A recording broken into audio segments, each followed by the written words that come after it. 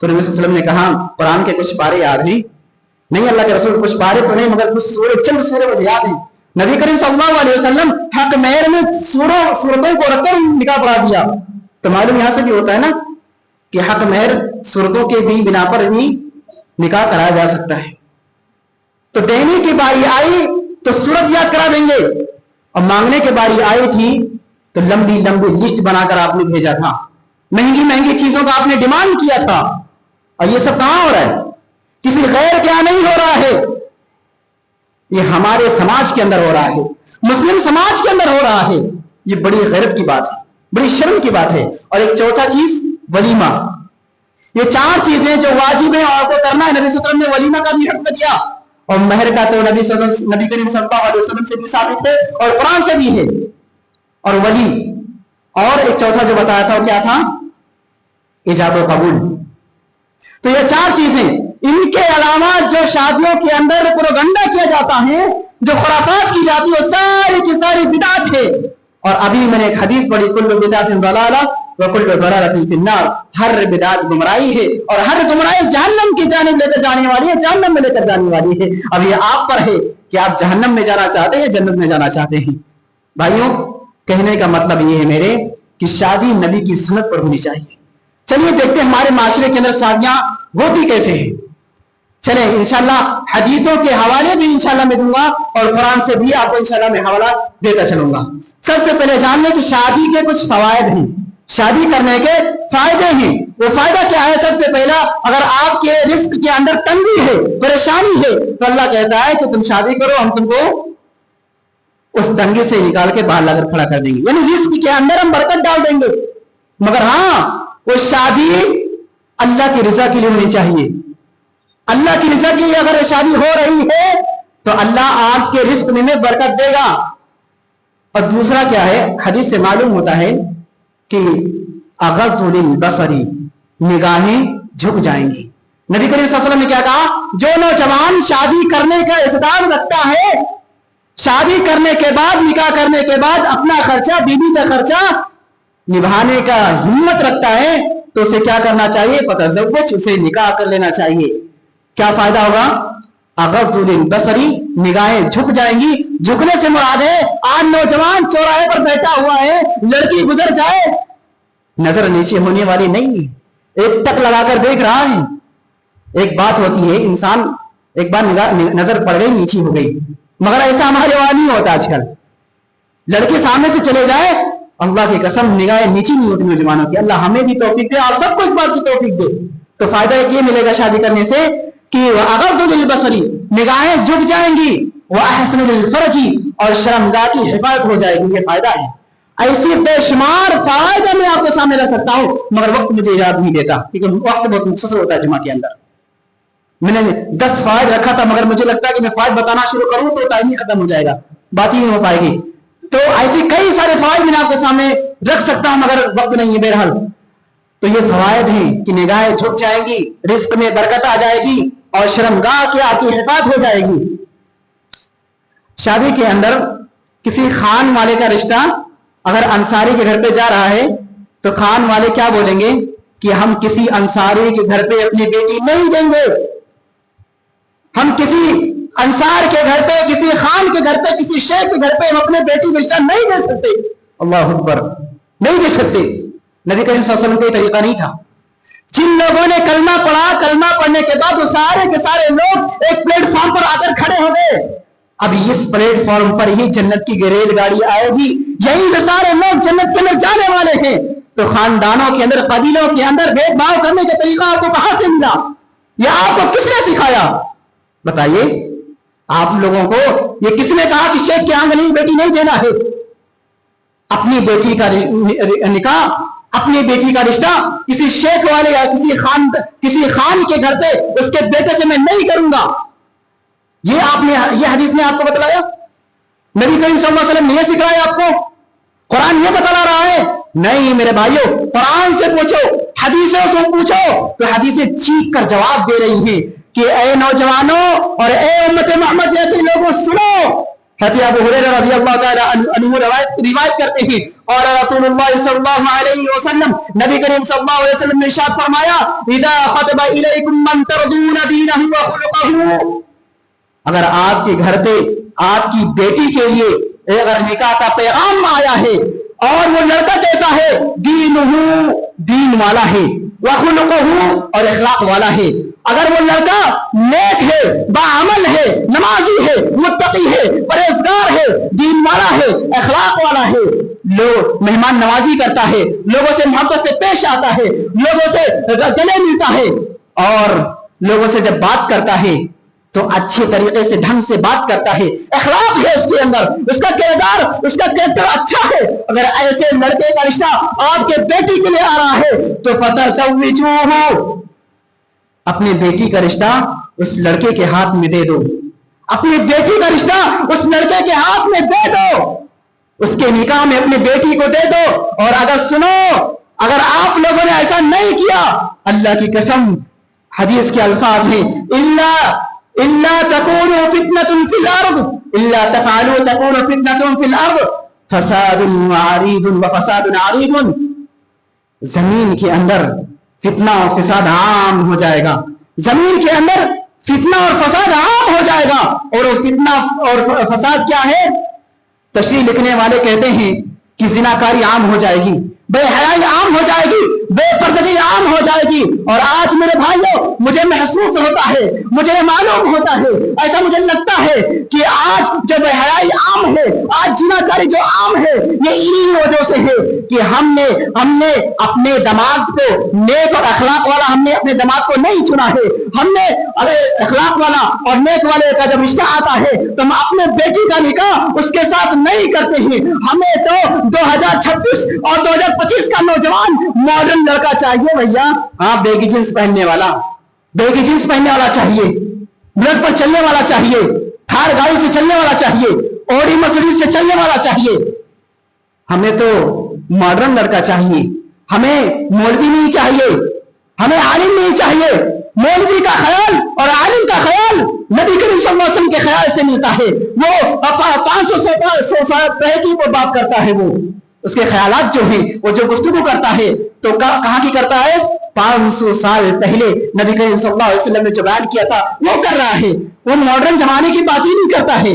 ہم عالم سے اپنی بیٹی سننے میں کیا کریں گے؟ ان کانوں نے کئی ایسے الفاظ سنے ہیں، کئی ایسی مسلم لڑکیوں کی آواز سنی ہے ان کانوں نے کہ کہتی ہیں کہ ہمیں مولانا سے شادی نہیں کرنا، ہمیں کرتے پاجامے والے سے شادی نہیں کرنا ہے، ہمیں ٹوپی والے سے شادی نہیں کرنا ہے۔ کیا کمی ہے؟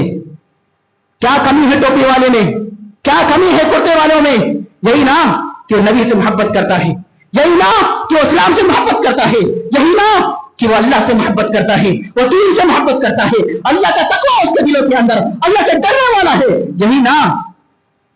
میرے بھائیوں، ہمیں ضرورت اس بات کی ہے کہ ہم اپنے گھر کی مائیں اور بہنیں اور بیٹوں کو بھی یہ چاہیے، لڑکوں کو بھی چاہیے کہ وہ جب رشتہ دیکھیں تو حسن و جمال دیکھیں، مگر پہلے دیکھیں کہ نیک لڑکی کون ہے، پہلے دیکھیں عالم با عمل کون ہے۔